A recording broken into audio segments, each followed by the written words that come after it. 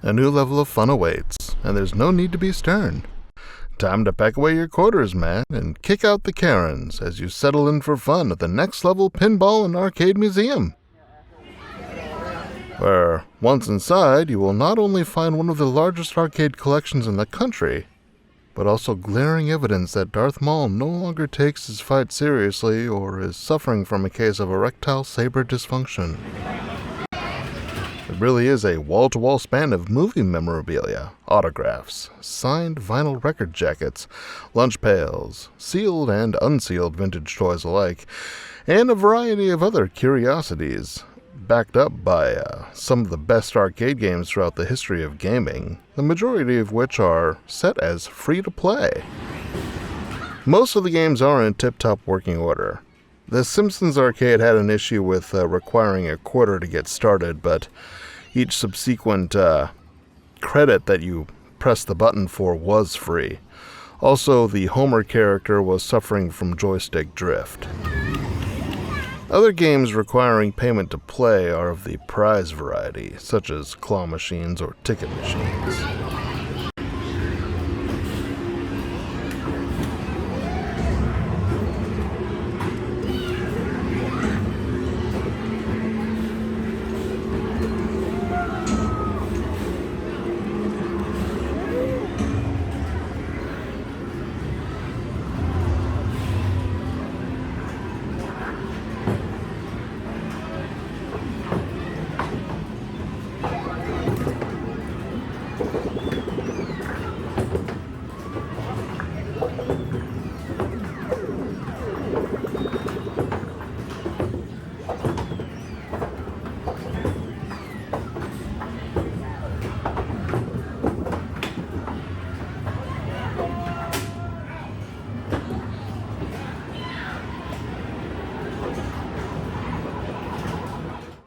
Historically, 3 companies were the main producers of pinball machines. For 15 years now, I was of the mind that they were no longer being made. Williams bought Bally in 1988 and went on as one company to make slot machines. Gottlieb faded away in 1996. I was very surprised then when I came upon pinball machines for things much more recent, like for Deadpool or for Stranger Things. But these days, Stern, the name on the building, makes modern pinball machines.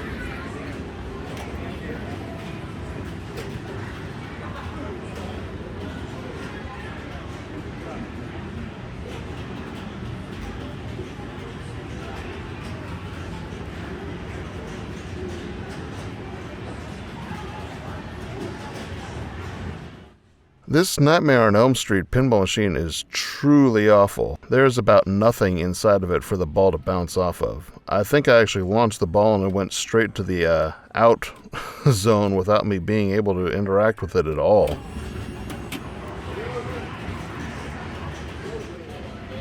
The barbed wire pinball machine could have been a lot more sexy. Welcome, dear Heaven. Playing this Super Mario Bros. Pinball machine actually reminds me that I didn't notice a regular Super Mario Bros. Arcade cabinet here. That doesn't seem right. I must have just missed it.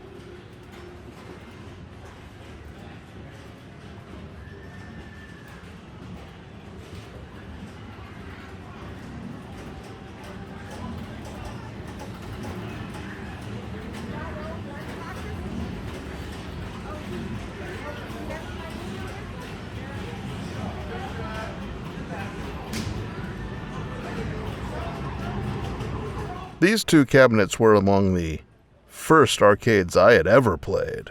It's actually a wonder to see them in working condition.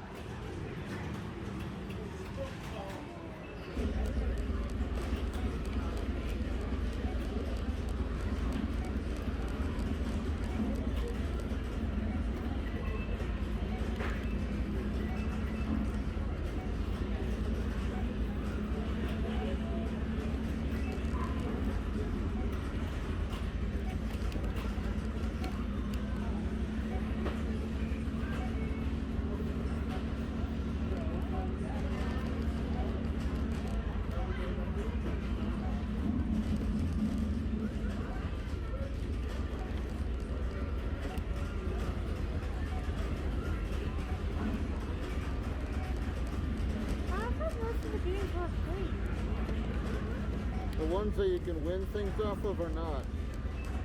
Everything else should be. Should be.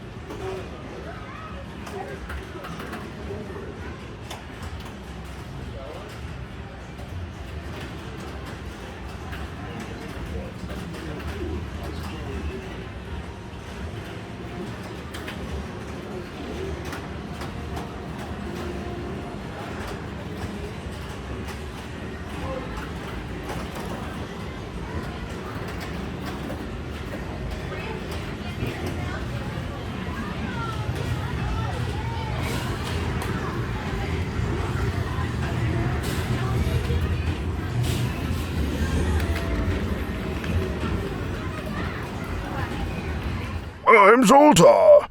Pay no attention to the unicorn behind the glass.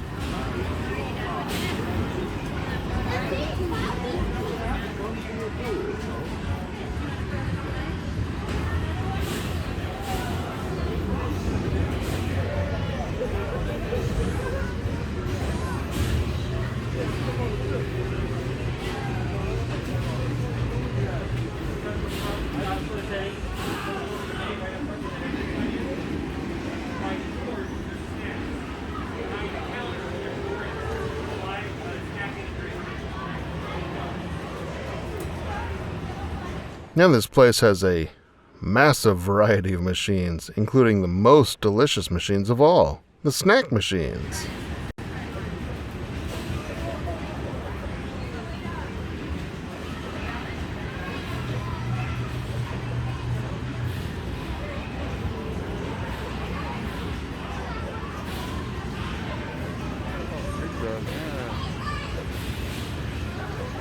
Dig Dug, too, was a favorite.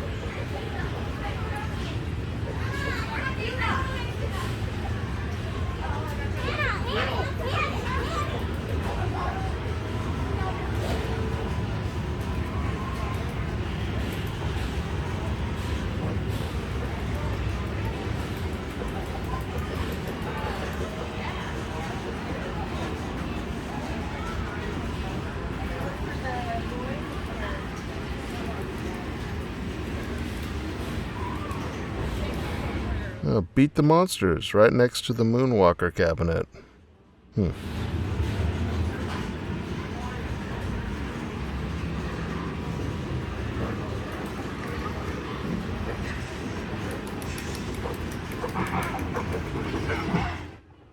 Mortal Kombat Zone, right here.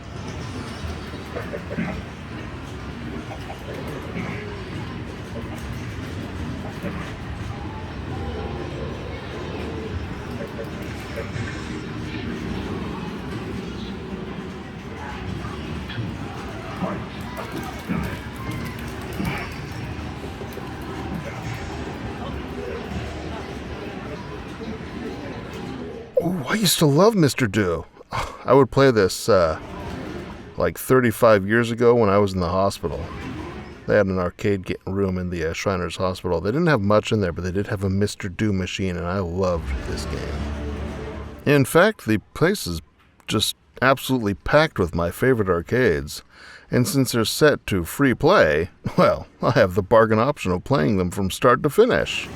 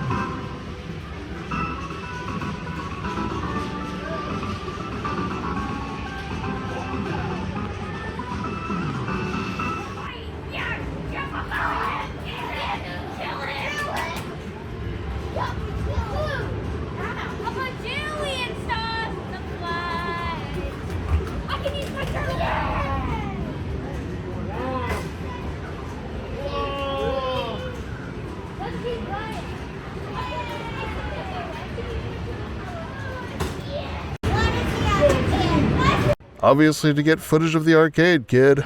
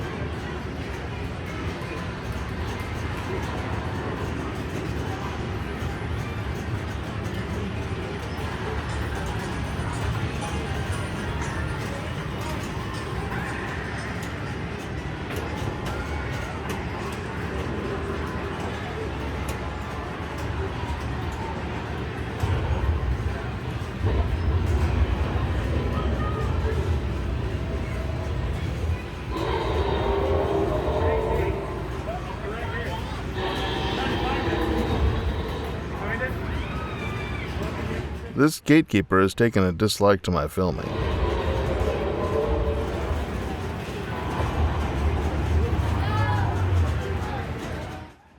Suspicious of my intentions, he utilizes his swollen stomach and tremendous ass to impede my way forward. I'll just turn around and go the other way, buddy.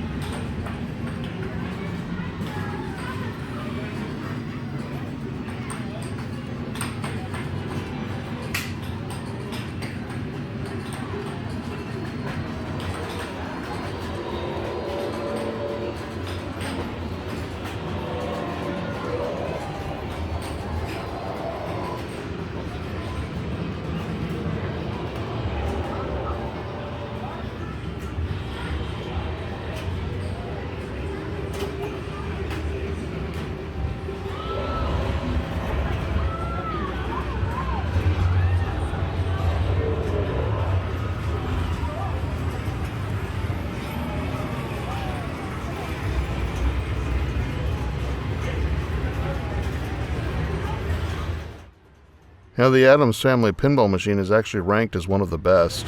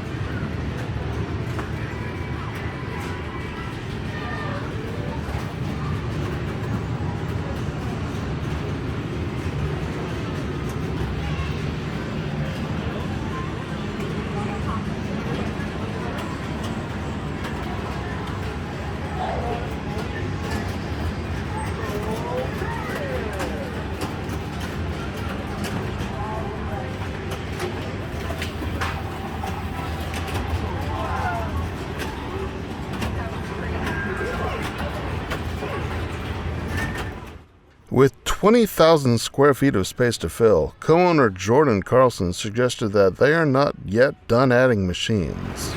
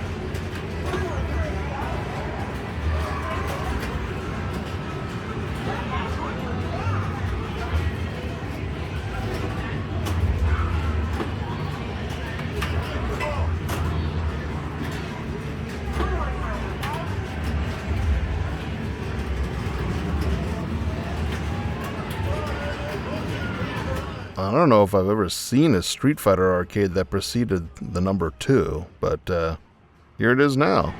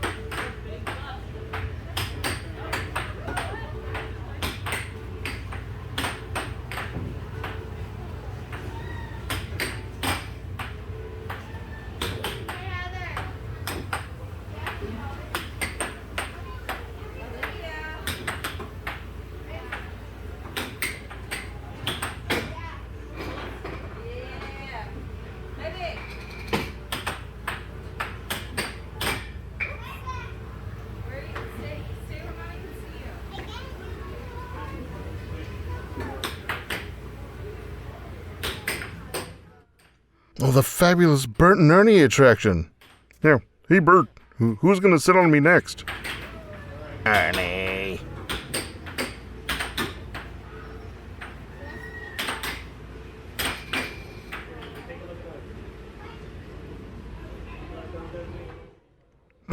These chicken and Dino egg machines are a complete blast in my past. Every grocery store had at least one of these, if not both of them, when I was growing up.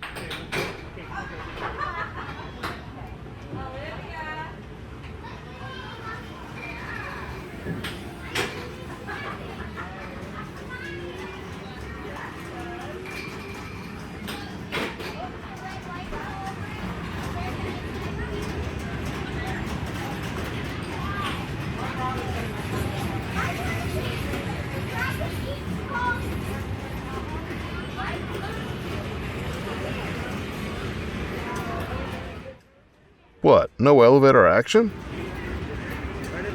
Now, the selection of exhibits here is actually amazing. However, despite being one of the largest arcades in the country, with around 450 working machines, I did not notice the pinball machine I was hoping to find. A game called Magic Girl. There's so much here, though, that actually I may have missed it. I've watched this over a few times. I didn't see it, but there's a lot here.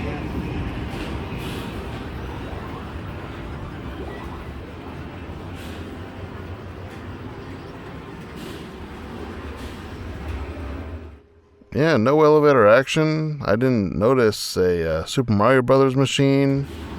I didn't see a hint of a Dragon Slayer cabinet. That would have been cool. Dragon Slayer was like the coolest looking game when I was a kid. Oh man. There's got to be others. I didn't see an Excite bike. Or I didn't notice an Excite bike. I did see Final Fight. I did play all the way through Final Fight. I did see my favorite arcade, Teenage Mutant Ninja Turtles, the original arcade, not Turtles in Time. and I played all the way through that. Like that. I saw lots of old pinball machines that I've played in my life and played them again. I also didn't notice a pole position, like an original pole position. Although there was some racing games, they might have had an updated one. I didn't notice a Cruisin' USA, maybe. But, yeah, Crazy Taxi also was a big one for a while. Didn't notice that, but I mean, there's just so much stuff here. This is a nice place to visit. So the games, again, are mostly set up as free-to-play. It's $20 for an all-day ticket. So you can come in the morning, pay your $20, get your bracelet, play for a while, leave. You can come back. You've already paid. If you have your bracelet on, you can come right in again and keep playing. It's an all-day ticket. It's actually a great deal, especially if you're going all the way through an arcade game. That's a bargain. So yeah, check it out, the Next Level Pinball and Arcade Museum.